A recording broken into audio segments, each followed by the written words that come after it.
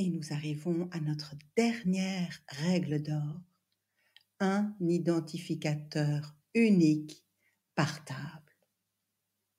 Un champ qui va permettre d'identifier l'enregistrement de manière univoque, en tout cas pour Access.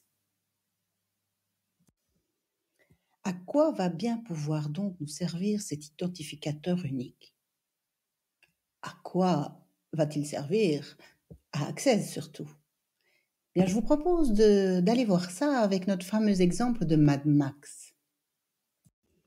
Le film Mad Max a donc été réalisé par Monsieur Miller, George. Bien, pour qu'Access fasse le lien entre ces deux tables et entre ces deux enregistrements de ces deux tables, il va falloir répéter au moins un des champs de la table réalisateur dans la table film. Par exemple, essayons avec le nom. Mad Max a donc été réalisé par un certain Miller. Oups, ce n'est pas lui. Lui, c'est Claude Miller. Ah, autrement dit, le nom de famille Miller n'est pas unique. Donc, le nom de famille ne peut pas servir d'identificateur unique, parce qu'on peut retrouver dans la table plusieurs personnes ayant le même nom.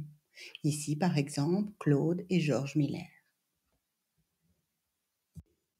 Voilà, il nous reste à voir si par hasard il y a un champ de la table réalisateur qui pourrait servir de lien, qui est donc l'identificateur unique de la table réalisateur et qui pourrait servir de lien vers la table film. Pas le nom, sûrement pas le prénom, pas la date de naissance, puisque plusieurs réalisateurs peuvent avoir la même date de naissance, pas l'appréciation. La photo, une photo ne peut pas servir d'identificateur unique, donc il n'y en a pas, a priori. Donc il va falloir en créer un. Et nous créons en général un identificateur qui est un numérique et qui va s'incrémenter automatiquement, comme ça on ne doit même pas le gérer, parce que finalement, que Miller, Claude et le numéro 32 ou 58, peu importe. Et c'est ce champ, qui est un nombre donc qui ne prend pas beaucoup de place dans la base de données, que nous allons devoir répéter dans la table film.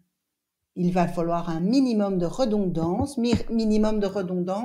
qui va permettre le lien entre les deux tables. C'est la sorte de ficelle qu'on va mettre entre ces deux tables et qui va relier les deux enregistrements. Le code R est le champ qui va servir d'identificateur unique pour la table réalisateur. Ce sera un champ numérique qui est codé sur quelques octets, qui ne prend vraiment pas beaucoup de place. C'est ce qu'on appelle la clé de la table. Quelle est la clé de la table film? Pouvons-nous mettre cette clé sur le nom du film? Eh bien non, parce qu'effectivement, on peut retrouver plusieurs films qui ont le même nom. Il existe plusieurs Titanic, plusieurs King Kong, plusieurs Tarzan. Donc, le nom du film ne peut pas servir. On va à nouveau ajouter un champ code F qui sera numérique et qui s'incrémentera aussi automatiquement. Comme ça, on ne doit pas s'en occuper. Et on fait exactement la même chose pour le genre, parce que comme ça aussi, petit champ, ne prenant pas beaucoup de place, et c'est ce petit champ qui devra être répété dans la table film. Il nous reste encore une petite chose à faire, c'est répéter ces deux champs qui vont servir de liaison dans notre table film.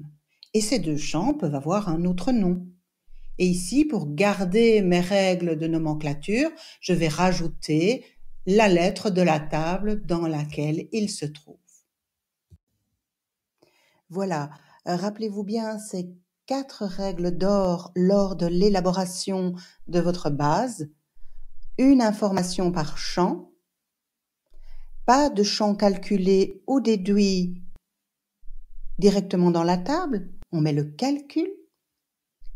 Pas d'informations redondantes, éclatées le plus possible en différentes tables. et un identificateur unique par table.